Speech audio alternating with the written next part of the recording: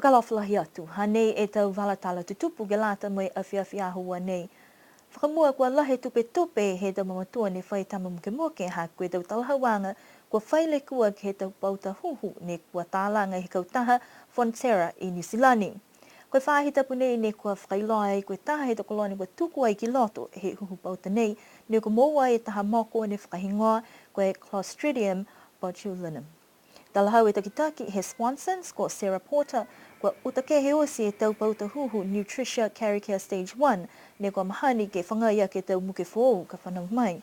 Kua utake he fōki e Nutritia Carry Care Stage 2 i New Zealand.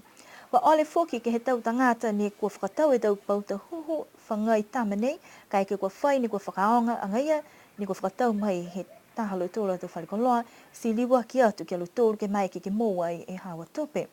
Mai longa ia he talahau e Sarah ko tupe tau tangata ha koe tau malolo sino he tau tama muke fōu. Matu taki fōki ke he whala tau pisinisi ni ko pehe nā kai whakafua le tūle he te koloa nei. Kai eke kua moua e tau hokotaki mo e tau hatakianga ke utake he te koloa tō tau seipihia. Hane whainga hua whakamalolo fōki ai e whakatuwhanu New Zealand ke hele kua tupu ke aua ni ke lauia e tau puhala mo tupe he kautu mua atu ke he tau whakafuanga he tau koloa talangi New Zealand ha koe mana nei ni kua tupu ai kia Fonterra.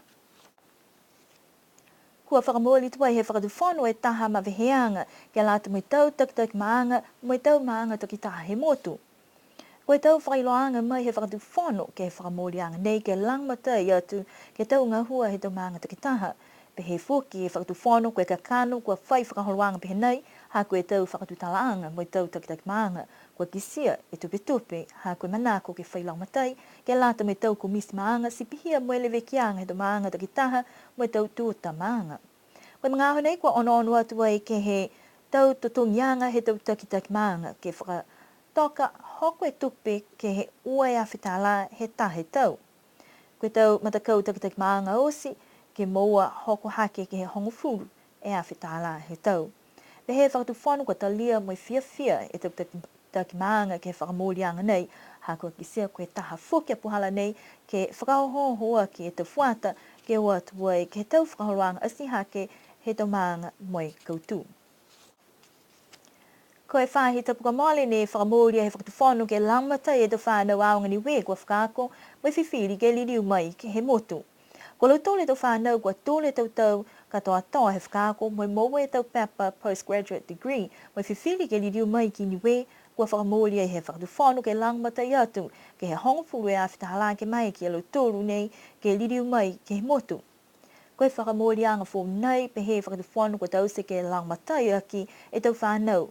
Mai kua huhua atu ke he whakaholoanga koe reverse scholarship scheme. Koe whakaholoanga nei ne whakatoka langmatai to tongi he whakatuwhanu e tau kei talofa kua tause ke lata mai tau whakakuanga. Koe mga aho nei kua whakatoka whoki he whakatuwhanu ke whai langmatai whoki alo tōru kua nā kei huhua atu ke whakaholoanga nei ke maua langmatai tungani alo tōru kua whakako ki lalo hefo he whakaholoanga reverse scholarship. Whakatoka e whakaholoanga nei ke lata ni molo tōru kua whakako ke te waonga i whafo i niwe. Kua liu mai tuai taha tamaonga ni we he ose i hana tau whakakuanga ke whakaholoanga outward bound ne tau sei ke he Marlborough Sounds i New Zealand. Koe whakaholoanga outward bound ne kua whakatua i ke tau tahe a whihewe sa onga whamaua i New Zealand mai ono ke tau puhala ke mai ke he tangata ke whakalaulahi hana tau lotomatala ke tau kitakia ke tau mamui. Pia whoki ke lewe kianga ke takatakai motu mai langmatai atu whoki ke he whalu tangata.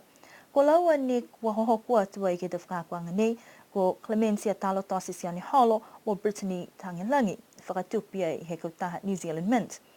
Kua pākia ia Brittany mai nā kei mai ke whakaose tau whakakuanga, kai he mai kei ia ke liwa tu whoki ke whakaose ke tā mga hala whoki he tau. Koe tau whakakisianga hatalu ni kua pehe, kua mai kei ke moa whoki tau whakakuanga ki whafo. He te pokaonga me tau wheua whao seno, tunge poi ke 3 kilomita o atua he tau tonga tau la, tōle tau palea mai longa tu whoki. Talahau e ia ko whiwhela he ia hakua hokua atu ke he tau whakakuanga nei, tōla he mitaki ke lata me tau whuata, mo e pese ni e oka, ka kua mai ki ai ke whakamaloloa ki hana tau whurianga, ke he tau puhala ke whakalaulahi ai hana mui te puhake.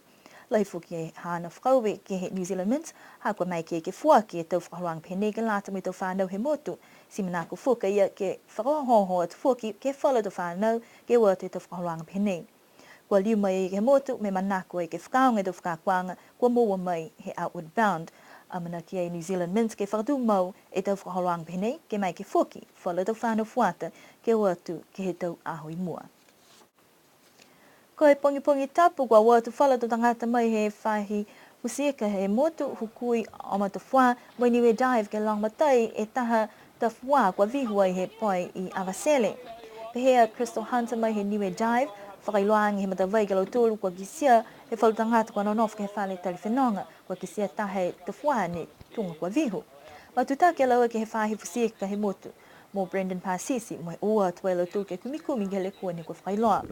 Koe mga kua hokuata lautulu kua lahi e mas ke lea, mai lole he manu nei, lali fuki ke utakeha ia kua nā kei maike. Mo uku ai e takita ke whaifusiika ko Brendan Pasisi, mo Shannon Hunter ni we dive, ke langmatai ke hele mai tawhua he poe. Hele ke fuki e poe mai he fed ke maike ke hola e tawhua nei. Lai whiawhia talhau e Crystal pihia mo taha e te hukui he ama tawhua ko Vanessa Marsh, kai lahi fuki mamoko ha kua taha fuki e punua tawhua kua pe haki he taha walatahi ha Avasele ke ha tuloto. Pehe tau hoko take lau tolu lai e whai tapu e punua tawhua nei, mai kisia he aho tapu whakamua, mai matuwhiwhine, ka kua mamoko ha kua pe ai mai masi. Kua mahomo te tau whakaholoanga he aha whakatahata he maanga ko Tamagotonga, koe tau whakaholoanga ki ha whaiumu ne kua kisia, takolonga e tau tangata ne kua ewa atu wai ke he loto male ne kua puki ai, mo tau whale whakafuakai, mo tau koloa ne kua whakatahata. Koe tau hauanga puki mai he tahe tau whanu tek maanga, kua lahe malolo he maanga ke ngahua ke lata mai aho lahi nei, mo atu ke lau tōle tau tangata ngahua whunua, ha ko mai longa ko malona I tau awhi mamafa ke he tau ka mole, asi tungi kala manunu ala tōru ke toa ke tau fuhe whunua. Kisi e mahu e tau fuhe whunua ha ko longa e tau whanga uwhi ke he kehe, pihia ni ke he tau talo, mo e whalu fōki e tau fuhe whunua, ko mai ke moa mai he halau tōru a tau whakauka. Ke he tau whakatata he tau mamatua whiwhine, ko longa la he tau ngahua lima ke he tau koloa, sia, tau I e pili, tau koloa lalanga, tau ka hom tau sifa, ka toa osi. Kua puke mai mana ia furuala e whale ni kua toka e tau ngahua lima, siki sia fuke mahifi, mai ilo tolu e tau whanau iki ke hohoku atu ai ke he tau mamatua motua. Ne whakause tau whakaroang he aho ke he tau kuri whakawhiawhia, mai he tau whanau iki he maanga. Taha fuke lolonga whata ko jinam hopatoa mai hana matakau ke he gana masao. Nā kei tau alonga la halo tōre tau whanau whata ni kua kuri ke tau nei, kai furuala fuki ni halo tōre tau kuri whakatata ni kua tau si mai aho.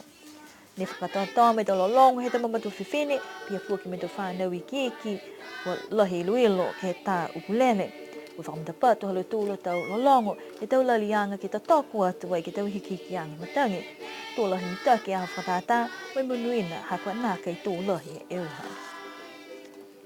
Hia e te walatau tutupu ni ko mō mai galata mai awhiawhinei, amana ki ke liriu, ke whai walatau tutupu fōki ke awhiawhia tuloto. Kia no wha, mnene pōto liriu a te tōru ke Whelewea.